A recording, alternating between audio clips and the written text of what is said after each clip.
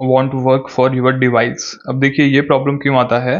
अगर आपने Google play store में डिजिलॉकर सर्च किया, ठीक है, एंड व्हाट्स न्यू पे अगर मैं जाता हूँ ना, तो इसका वर्जन क्या है, एंड्रॉयड 10, ठीक है, जो कि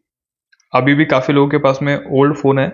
जिनमें एंड्रॉयड 9, एंड्रॉयड 8, एंड्रॉयड 7, 6, 5 तक के लोग फ़ोन यूज़ कर रहे हैं, ठीक है। तो वर्जन का प्रॉब्लम आता है। अब वर्जन का अगर प्रॉब्लम आता है तो आप डाउनलोड कर सकते हैं एपीके को, ठीक है। काफ़ी सारी वेबसाइट्स है जिसमें आप ओल्ड वर्जन का एपीके डाउनलोड कर सकते हैं, या फिर आप यूज़ कर सकते हैं डिजिलॉकर का वेबसाइट में आपको प्रॉब्लम नहीं आएगा, ठीक है। या फिर अगर वर्जन का प्रॉब्लम नहीं आ रहा है, आप तो ऐप को इंस्टॉल कर लिया बट फिर भी काम ना करे, तो भी कोई बात नहीं, आप गूगल प्ले स्टोर में ऐप को एक बार अपडेट करें, अगर अपडेट अवेलेबल हो तो, या फिर आपने अपडेट कर लिया फिर भी आपकी प्रॉब्लम ठीक नहीं होती है,